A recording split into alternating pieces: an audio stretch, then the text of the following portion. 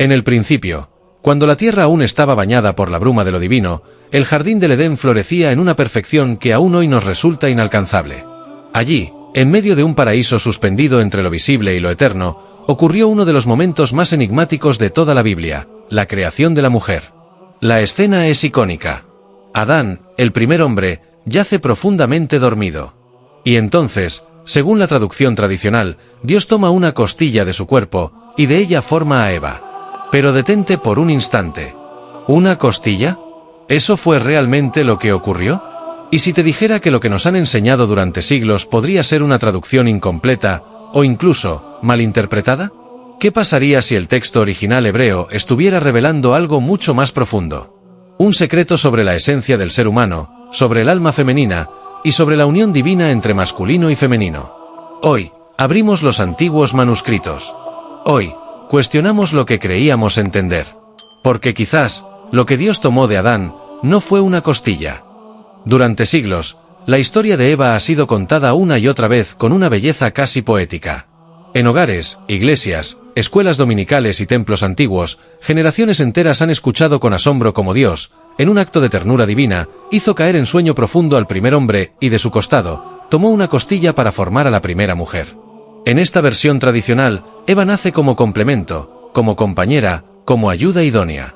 No fue creada del polvo, como Adán, sino de su carne, de su hueso, de lo más íntimo. Este detalle no es menor. Ha sido interpretado como un símbolo poderoso de unidad, de pertenencia mutua, de amor que nace de la misma esencia. Las imágenes que acompañan esta narrativa han sido moldeadas por siglos de arte cristiano, frescos renacentistas, vitrales coloridos, libros ilustrados para niños, todos con la misma escena: un Dios paternal, un Adán dormido, una Eva que despierta a la vida, emergiendo de su costado. Esta historia, tal como se ha transmitido, ha influido profundamente en la manera en que muchas culturas entienden el papel de la mujer, el matrimonio, la complementariedad de los sexos, e incluso la jerarquía en las relaciones humanas. Su impacto ha sido inmenso, no solo en la teología, sino en el arte, la filosofía y las normas sociales. Pero, ¿qué pasa cuando escarbamos más hondo en el texto original? Cuando volvemos al hebreo antiguo y descubrimos que esa famosa costilla podría significar algo muy diferente, lo que ha sido visto como un símbolo de unión, podría esconder un misterio aún más profundo sobre la esencia del ser humano. Durante siglos, traductores de la Biblia han vertido al español la palabra hebrea tsela como costilla. Así nos llegó la historia: Dios tomó una costilla de Adán y con ella formó a la mujer. Pero cuando nos sumergimos en el hebreo original, aparece un misterio que desafía esa versión tradicional. La palabra tsela no significa estrictamente costilla. De hecho, en la mayoría de sus apariciones en el Antiguo Testamento, esta palabra se traduce como lado, flanco o incluso estructura lateral. Es la misma palabra que se usa para describir el lado del tabernáculo, el costado del arca del pacto o incluso los lados del altar. En esos contextos, claramente no se refiere a un hueso, sino a una parte completa de una estructura sagrada. ¿Y si lo que Dios tomó de Adán no fue un simple hueso, sino un costado entero? Un lado completo de su ser. Esta interpretación no es solo una sutileza lingüística. Cambia profundamente la forma en que entendemos el acto creador. Eva no habría sido formada de una pieza menor o secundaria, sino de una porción completa, sustancial, igual en esencia y dignidad. Algunos eruditos bíblicos sostienen que la traducción de costilla fue una simplificación intencionada, quizás influida por tradiciones patriarcales posteriores. Pero si dejamos que el texto original hable por sí mismo, tsela sugiere una separación mucho más profunda, casi quirúrgica, casi arquitectónica. Como si Dios, el gran arquitecto del universo, hubiera dividido al ser humano primigenio en dos manifestaciones complementarias. ¿Y si Eva no fue una parte de Adán, sino su otro lado? ¿Su reflejo? ¿Su igual?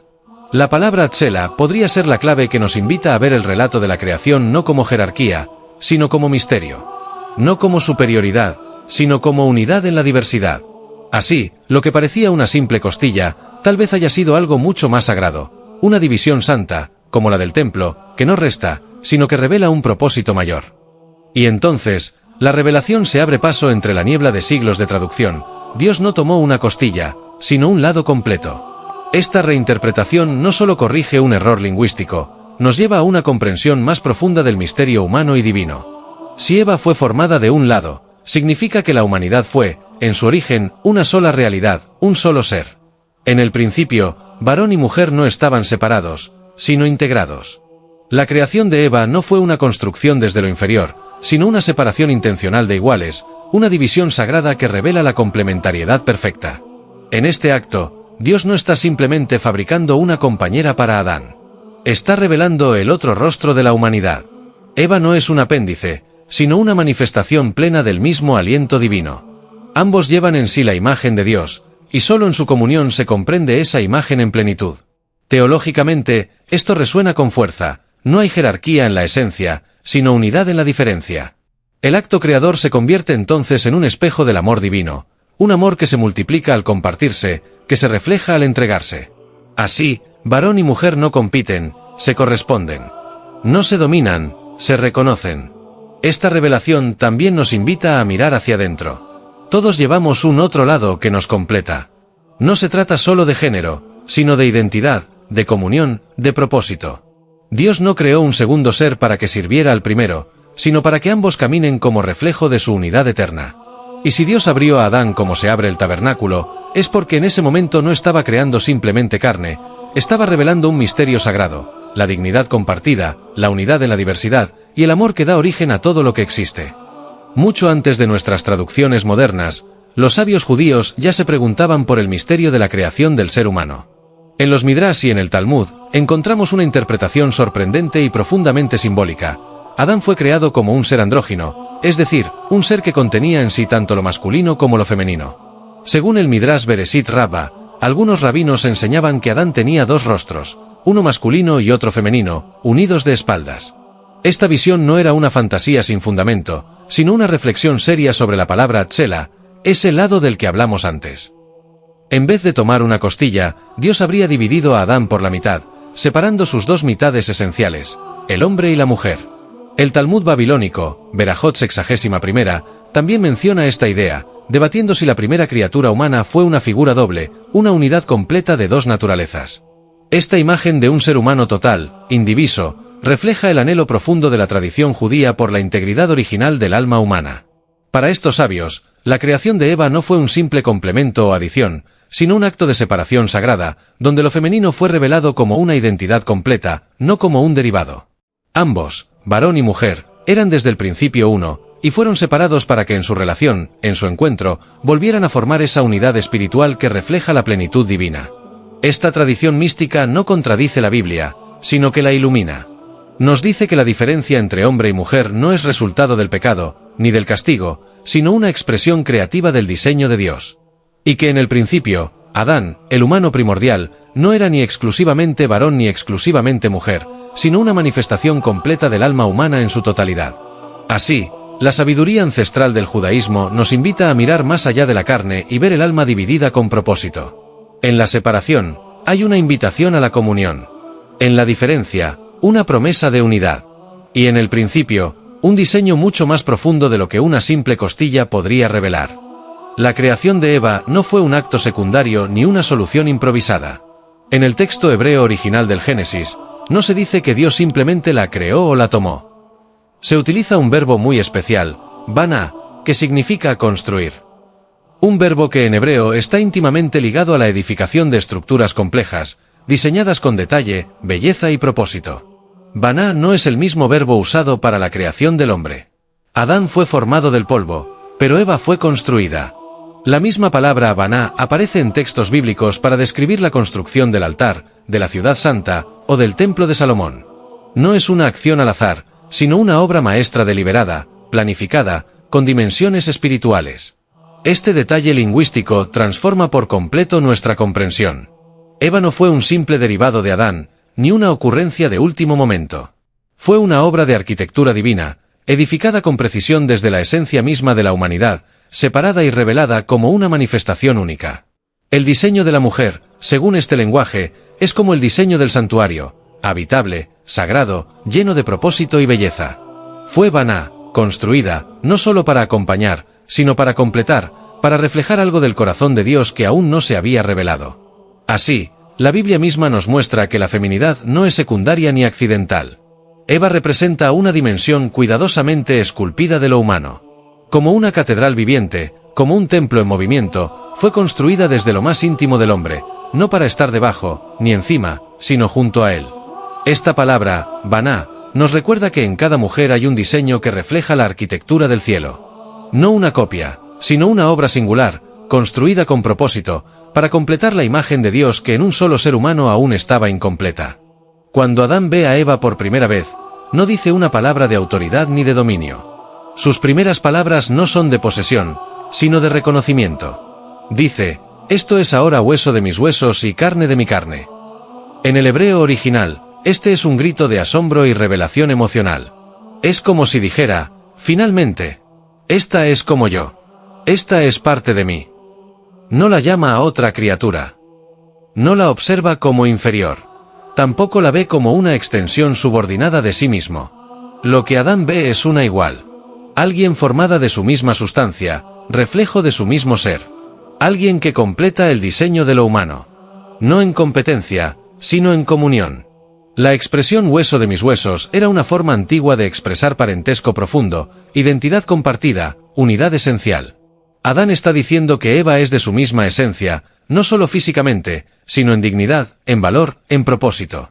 Este reconocimiento temprano, antes de la caída, antes del pecado, nos muestra cómo era el diseño original: relación sin jerarquía, unión sin abuso, identidad compartida sin miedo ni vergüenza.